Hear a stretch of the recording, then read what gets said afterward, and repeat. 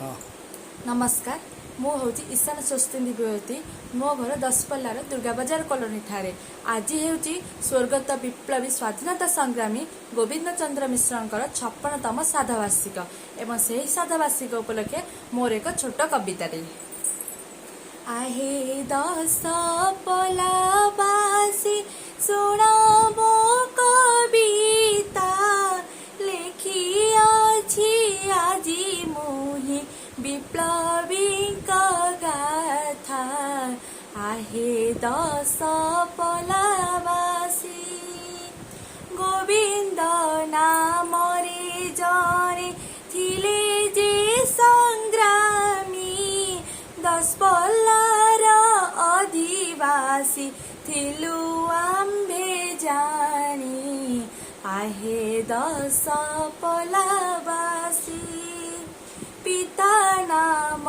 वैद्यनाथ माताजी कमला श्रेष्ठ पुत्र भावे से तो रखिले से मान्यता आहे दश पलाबासी अटन्ती महात्मा व्यक्ति अहिंसा ज्ञान भण्डार असीम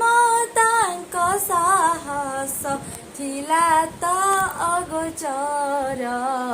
आहे दश पलाबासी गांधीवादी तुम नीति तुम जीवन गति गांधीजी को आनी थिल उत्कल माटी को डाकी आहे दश पलाबासी गांधी गोप बंधुंकर थिले आपनार होई इंग्रेज को विताड़ित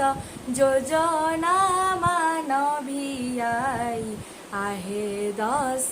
पलाबासी चंपापुरर आश्रम निजे तोली गढ़ी थिला दुखी रंगींकर सेवा आग्रह सह करुथिला आहे दश पलाबासी 1956 रे राज्यसभा सभ्य हेला विचार विमर्श करी जनहित कार्य कल आहे दश पलाबासी तुम्हें सारस्वत पुरी तुम्हें ही शाश्वत ओडिशा माटीर तुम्हे रखी गल जस आहे दश पलाबासी स्वर्गारोह कल तुम्हे 78 वर्षे छाड़ी दे चली गल मोह आंभ पासे आहे दश पलाबासी आजिर दिन रे तुम्हे मने पड़ जेते देइयाछ जेते स्नेह न भूलिबु केबे आहे दश